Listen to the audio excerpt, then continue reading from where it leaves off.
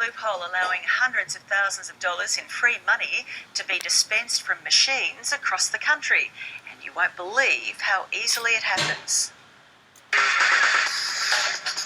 I'm sure there are thousands of loopholes out there. There's a little bit in all of us that has a fantasy that we'll wave our magic wand and everything will be wonderful. Imagine overdrawing $200 from your maxed out credit card and your bank doesn't notice. You do it again and you get away with it. Before you know it, you're on a wild spending spree at the bank's expense. It sounds like a movie, except it actually happened to one opportunistic Melbourne bloke. And it could happen to anyone at any ATM. He was a humble hospitality worker who'd already blown the $2,000 limit on his NAB MasterCard. One night in February last year, he blew it out further with a $200 cash advance from his credit card at an ATM. Straight away, he tried again and got another $200, then $500, then $500 more, then $600, all in a single night from just one ATM, no questions asked. He'd stumbled across the ultimate money-for-nothing scam, access to hundreds of thousands of dollars via ATMs. He was withdrawing money at will, yet nobody asked how, and, incredibly, no red flags were raised. Hiccups do happen, there are instances of people getting too much money or getting not enough money in their account. Fred Chibesta is a credit card expert from finder.com.au. He says the banking system is not foolproof, but These things are very serious matters. It's modern-day white-collar crime, really.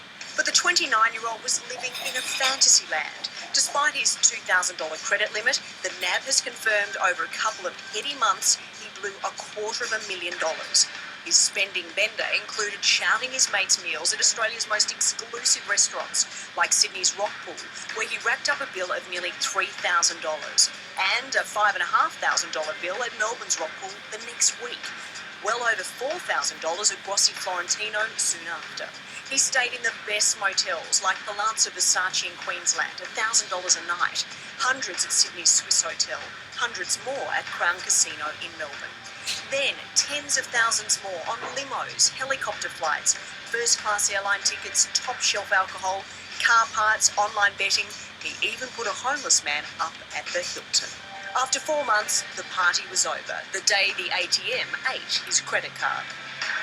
Even though the bank never came knocking, did he honestly think he'd get away with it? Well, he confesses he felt like he was in a movie and he just couldn't stop.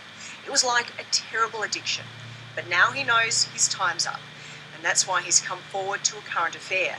He claims he doesn't want to appear on camera until he's told his boss and his mum.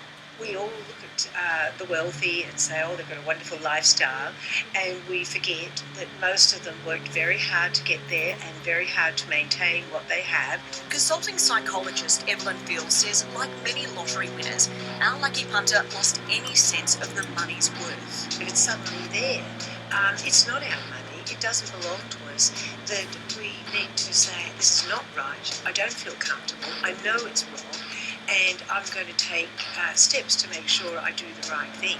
But the question remains, how did a bank which spends millions on high-tech security to stop fraudulent transactions allow an everyday bloke to rip them off for hundreds of thousands? A bank that's taken the motto, more give, less take, to ridiculous extremes. In a statement, a spokesman said, Once the fraudulent transactions were confirmed, NAB took immediate action to close the relevant accounts. The matter was referred to Victoria Police. NAB is considering its legal options for recovering funds. The money would have to be paid back, or so there might be other legal repercussions of that as well. There's been other instances in the past where people have done similar things, and they've had to either go to jail or face penalties. nothing in life is free. You will get caught. You will, and the NAB have told us they have now ensured that a similar fraud could not be carried out by any other individual.